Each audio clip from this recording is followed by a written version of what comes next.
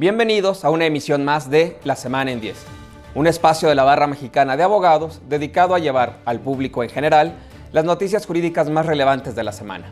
Esto en un contexto de contribuir a formar ciudadanía, proporcionando mejor información para la mejor toma de decisiones.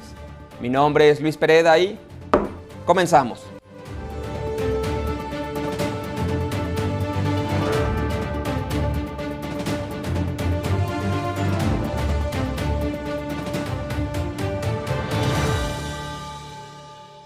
El IFETEL presentó una controversia constitucional en contra de las reformas a la Ley Federal de Telecomunicaciones y Radiodifusión, por el cual se creó en abril pasado el Padrón Nacional de Usuarios de Telefonía Móvil.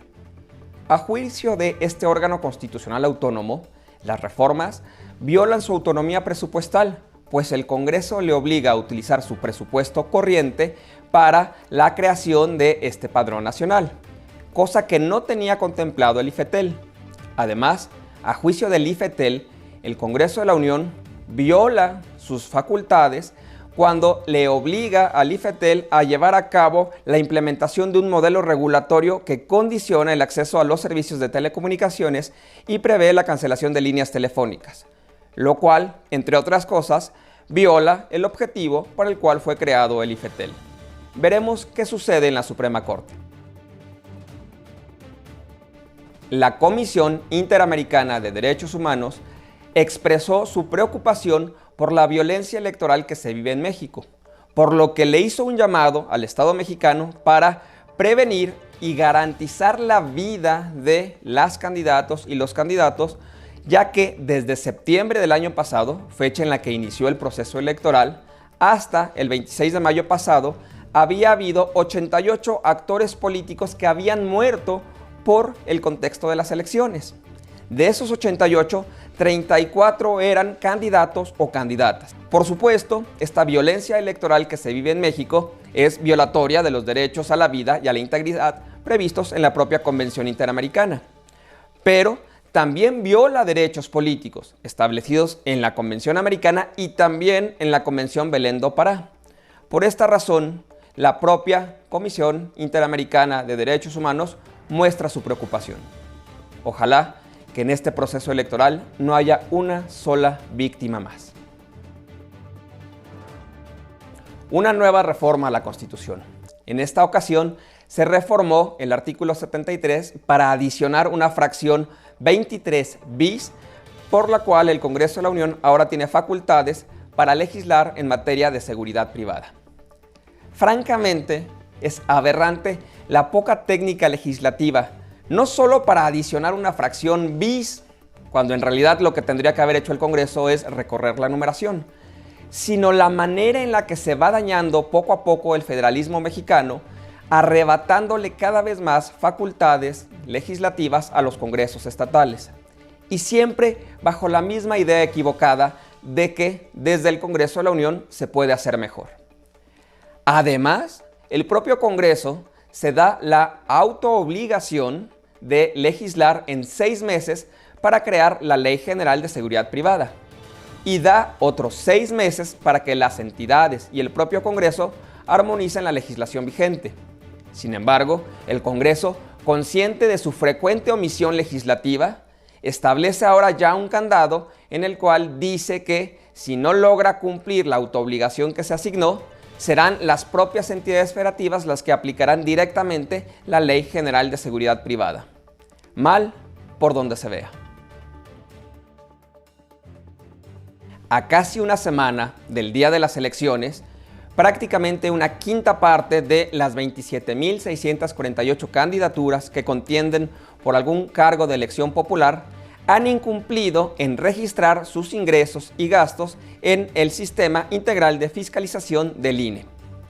Si hay campañas es porque hay dinero, pero casi 1 de cada 5 candidatos y candidatas no le ha dicho al INE de dónde salió ese dinero, cómo se lo está gastando y cuánto dinero es, lo cual por supuesto le pone un componente de opacidad a nuestras elecciones. Ojalá que rectifiquen y puedan transparentar su gasto. La Suprema Corte de Justicia de la Nación emitió una sentencia muy importante en materia de protección a la mujer. Específicamente, la primera sala de la Suprema Corte sentenció que la esterilización femenina no consentida es una forma de violencia obstétrica institucional y esto es una forma de violencia de género. En el caso en particular, una mujer que recibió una cesárea en un hospital del IMSS y que aparentemente había dado su consentimiento para ser esterilizada, resulta, a partir del razonamiento de la Suprema Corte, que este consentimiento no fue ni previo, ni libre, ni pleno, ni informado. Por lo tanto, la mujer recibió violencia de parte del hospital.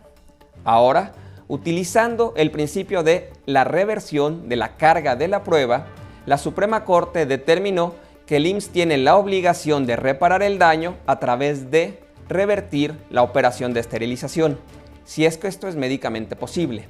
De lo contrario, el IMSS tiene la obligación de pagar para esta mujer, si así lo desea, un procedimiento de reproducción asistida, además de terapia psicológica si la mujer lo requiere.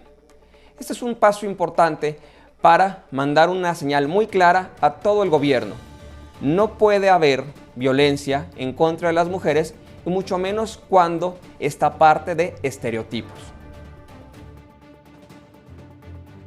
De acuerdo a la Sala Superior del Tribunal Electoral del Poder Judicial de la Federación, el evento realizado en marzo pasado en Palacio Nacional, denominado Los primeros 100 días del tercer año de gobierno del presidente Andrés Manuel López Obrador, sí consistió en propaganda gubernamental personalizada.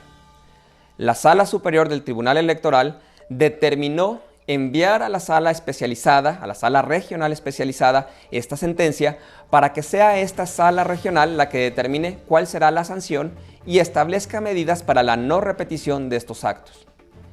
La promoción gubernamental personalizada está prohibida una vez que inician los procesos de campaña y en marzo de este año todo el país ya había entrado al proceso electoral. La Administración Federal de Aviación de Estados Unidos, la FAA por sus siglas en inglés, determinó degradar la calificación de México a un nivel 2 por incumplir las normas internacionales en materia de seguridad.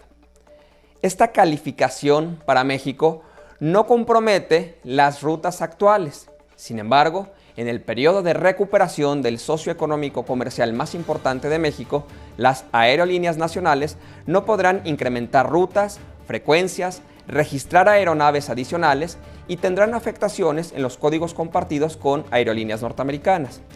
Esto, por supuesto, traerá una afectación económica a las regiones del país que requieren de una conectividad dinámica con Estados Unidos. Esperemos que el Estado mexicano pueda revertir esta mala calificación en el breve término.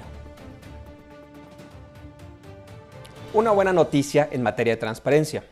Los contratos celebrados por el gobierno mexicano con las diversas farmacéuticas para la compra de vacunas y otros datos relacionados con estas adquisiciones ya se pueden consultar en línea en la plataforma de gestión diplomática de vacunas COVID-19 de la Secretaría de Relaciones Exteriores.